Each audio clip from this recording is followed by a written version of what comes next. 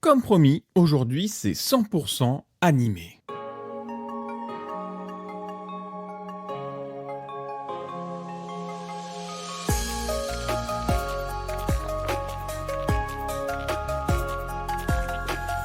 Salut les geekouniou, on se retrouve comme tous les dimanches pour parler de ce que j'ai vu ou lu dans la semaine. Et une fois n'est pas coutume, aujourd'hui ce sera que de l'animé, parce qu'il y a eu énormément de fins de saison, ou même de fin de série tout court, donc je me devais d'y consacrer un épisode entier. Et on commence sans plus attendre avec Genosha, la deuxième partie de la première et sûrement seule saison de cette adaptation du jeu du même nom, réalisée par Kazuya Ichikawa, et c'est sur Crunchyroll. Je vais pas le répéter à chaque fois, tous les titres dont je parle aujourd'hui ont été vus sur Crunchyroll. Donc voilà, on part du principe que là, à partir de maintenant, c'est 100% Crunchyroll également. Pour rappel, en gros, la première partie, c'était un jeu du loup-garou version spatiale. Et bien là, on quitte progressivement le cadre du jeu de déduction pour aller vers quelque chose de plus, pas concret, absolument pas même, mais existentiel. Yuri, notre héros, continue de revivre des boucles où il doit trouver qui sont les Genosha au sein de l'équipage. Mais au bout d'un moment, on se concentre sur autre chose, et tant mieux, sinon ça aurait été très chiant.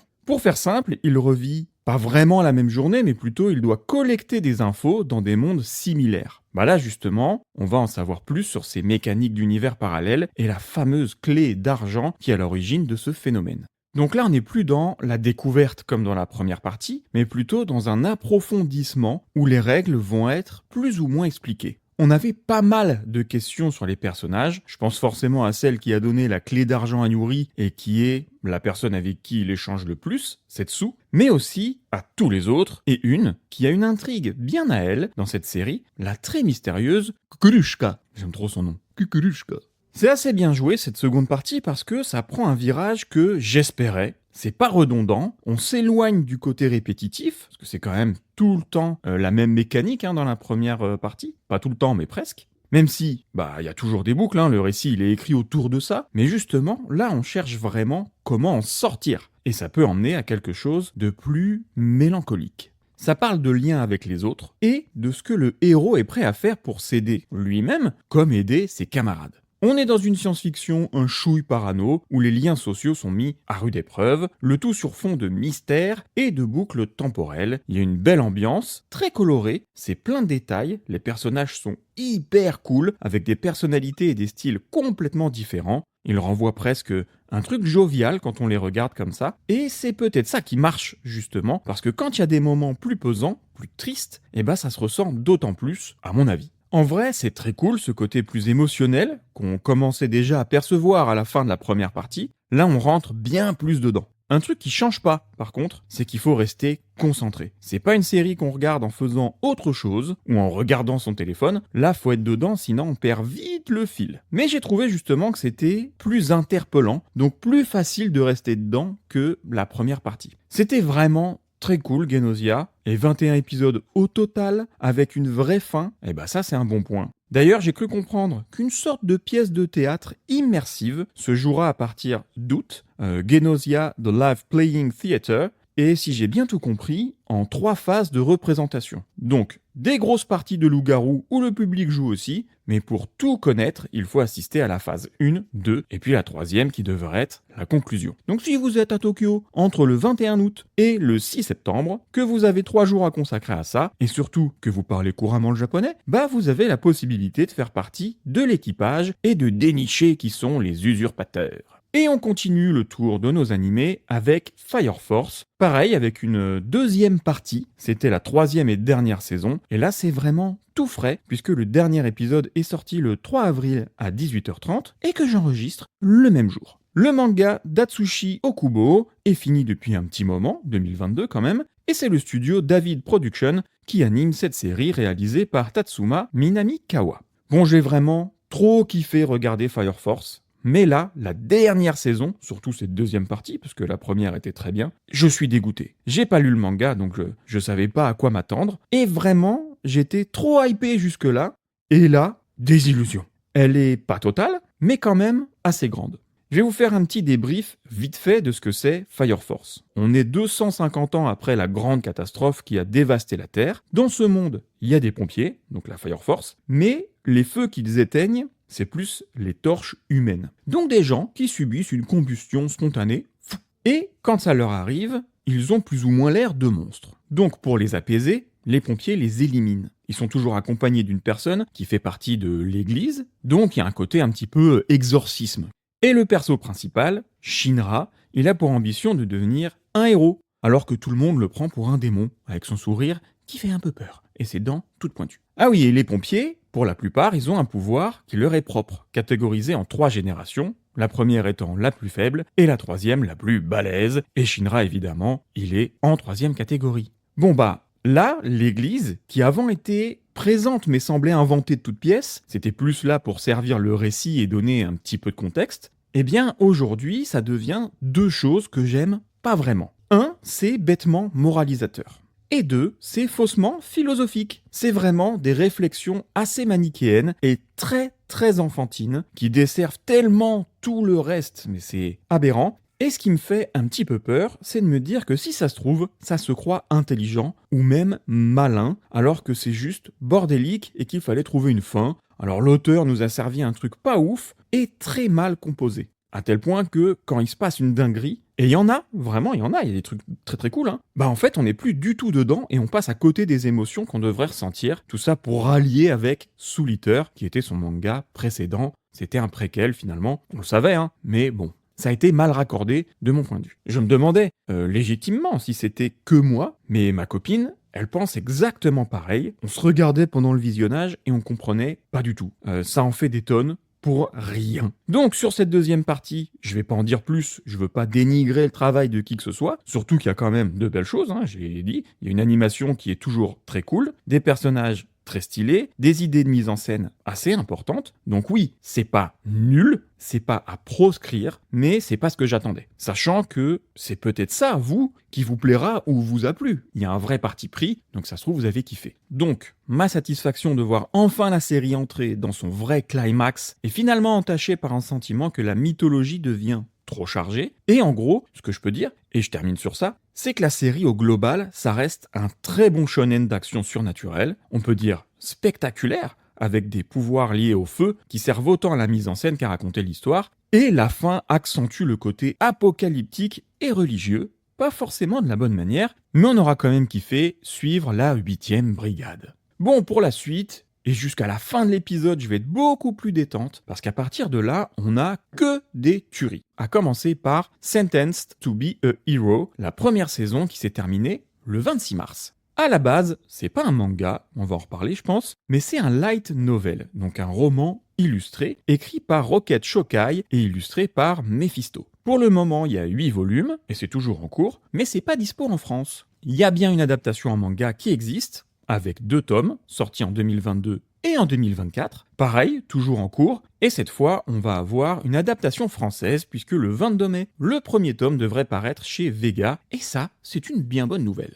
Bon, nous on parle de l'animé, produit par le studio Kai et réalisé par Hiroyuki Takashima. Ça commence avec un épisode d'1 heure qui pose les bases, certes, mais surtout qui laisse pas le temps de trop respirer, et je dis ça, c'est un compliment. Ça va super vite, action directe et grosse bataille bien vénère. Le point de départ est déjà balèze. Dans cet univers, être héros, ça n'a rien d'un privilège, sentenced to be a hero, c'est une condamnation. Les pires criminels, les brigands, sont envoyés combattre au front dans une unité destinée à affronter des menaces monstrueusement monstrueuses, sans réel espoir de redevenir libre un jour. On suit Xylo Forbats, ancien grand chef militaire devenu condamné justement, qui se retrouve forcé de mener une escouade de marginaux et de brisés dans une guerre où on peut mourir, être ressuscité, puis renvoyé au combat, remourir, être ressuscité, puis recombattre, et ça à l'infini. Il se bat contre des démons et des rois démons, mais aussi contre le regard des autres, et parfois doit faire face à des enjeux politiques assez extrêmes et très dangereux. Et dans l'action du premier épisode, à cause d'un camarade de Xylo, Dota, on va découvrir une petite déesse qui ne devrait pas forcément être là, Théorita, et qui va vouloir se lier à notre héros. Elle veut que ce soit son chevalier. Mais il ne l'entend pas de la même manière. C'est pas son truc, les déesses. En fait, Xylo, comme je l'ai dit, c'était un ancien haut gradé. Et il était lié à une déesse avant d'être accusé d'avoir tué cette même déesse. Donc très vite, on comprend qu'il y a autre chose derrière sa chute, et c'est là que la série devient plus intéressante que son simple pitch, parce qu'on n'est pas seulement dans des prisonniers contre des monstres. On est aussi dans une histoire de manipulation, de mensonges d'État, de complot et de mecs qu'on a envoyés au casse-pipe, alors qu'il y a visiblement beaucoup de zones d'ombre autour de ce qu'il a réellement fait. La saison développe pas mal d'aspects, donc ce que je viens de vous mentionner, la situation de héros, qui est juste horrible finalement. Surtout que les gens les détestent, les héros du coup, on les reconnaît parce qu'ils ont des marques sur le cou par exemple. On passe par la corruption du pouvoir à une logique de rédemption impossible, et aussi la façon dont un système peut instrumentaliser le sacré pour justifier sa violence. Et ça franchement j'aime bien, parce que ça donne plus de profondeur au délire. C'est une dark fantasy de punition, c'est une vraie dark fantasy, de survie, et de manipulation où l'héroïsme n'est jamais glorieux, seulement nécessaire. Ce qui marche aussi, c'est que l'escouade autour de Xylo n'est pas composée de héros beaux gosses, propres, lisses et inspirants. Non, là, on est sur des gens cassés, condamnés, dangereux, pas toujours fiables, et qui doivent quand même avancer ensemble. Du coup, ça donne une ambiance beaucoup plus sale, c'est un peu crasse-pouille, beaucoup plus désespérée, où chaque victoire ressemble plus à un sursis qu'à un triomphe. Et c'est ça qui fait que la série a une vraie identité. Bon, il y a quand même des persos plus flamboyants. Pas forcément du côté de Xylo, je pense à la capitaine Kivia, qui est belle, chef d'armée, un pied dans les hautes instances, elle vient un peu contrebalancer le côté bourru et crado, comme Théorita d'ailleurs, qui elle a un aspect plus enfantin, elle est toute choupie, mais pas moins dangereuse. Leur relation à tous est assez cool en plus, j'aime bien que ce soit pas toujours facile entre eux, qu'ils apprennent à se connaître, presque à s'apprivoiser. Il y a quand même des rencontres, des conflits qui vont se solder par des amitiés, ou l'inverse, des trahisons, et tout ça, ça donne un caractère particulier à cette série, on est constamment surpris.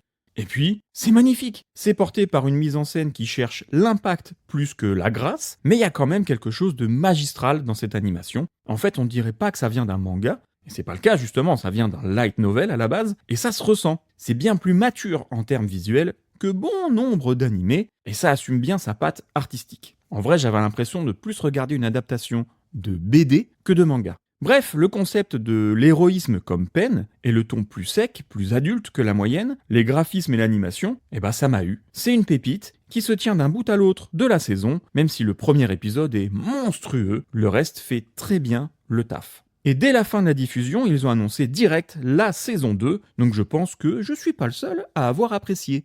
Ensuite, la série que j'attendais le plus, la 3e saison d'Oshinoko, adaptation du manga d'Aka Akasaka et de Mengo Yokoyari, faite par le studio Doga Kobo, réalisé par Daisuke Hiramaki. On a eu le dernier épisode le 25 mars. Oshinoko, c'est 2 gosses, des jumeaux, qui ont gardé leurs souvenirs de leur vie passée, qui sont maintenant les enfants d'Ai, une idol superstar. Ils sont ados maintenant, et le garçon, Aqua, fait tout pour retrouver un tueur qui est potentiellement celui qui l'a aussi tué dans sa précédente vie. Sa sœur Ruby poursuit le rêve de leur mère Ai en devenant idol à son tour, et dans cette saison on se concentre vachement plus sur elle que ce qu'on avait avant. Elle est plus la sœur protégée par son frère, elle s'émancipe, devient plus sombre et traverse pas mal de choses moyennement marrantes. Donc là en parallèle on a plusieurs lignes de fracture. Aqua poursuit sa quête autour de ce fameux tueur et de la vérité qui a détruit sa mère, tandis que Ruby, de plus en plus exposée dans le monde du spectacle,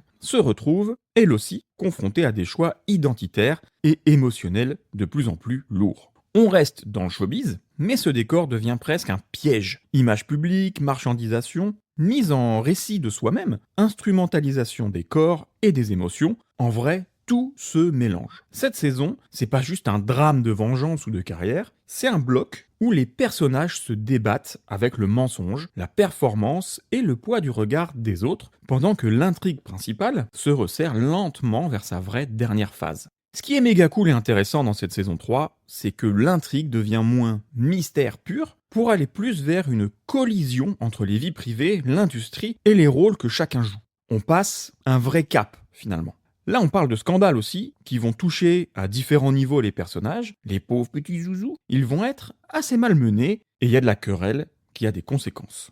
L'épisode 11, le dernier de la saison, qui dure pas loin d'1 heure, met en avant le passé d'un personnage trop peu exploité jusque-là à mon goût, et c'est très bien du coup, Miyako, la manageuse des jumeaux, qui porte à elle seule le poids de l'agence, et on voit la manière dont l'industrie traite la jeunesse, la beauté et l'obsolescence des femmes dans le show business. C'est un angle assez bien abordé qui est un des points forts de cette fin de saison, sans trop en dire.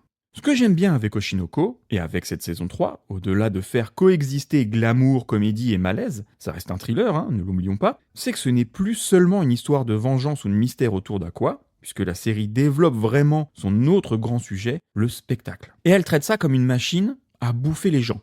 L'image, les scandales, la manière dont on raconte au public ce qu'on cache, ce qu'on vend, ce qu'on sacrifie, tout ça, ça prend de plus en plus de place.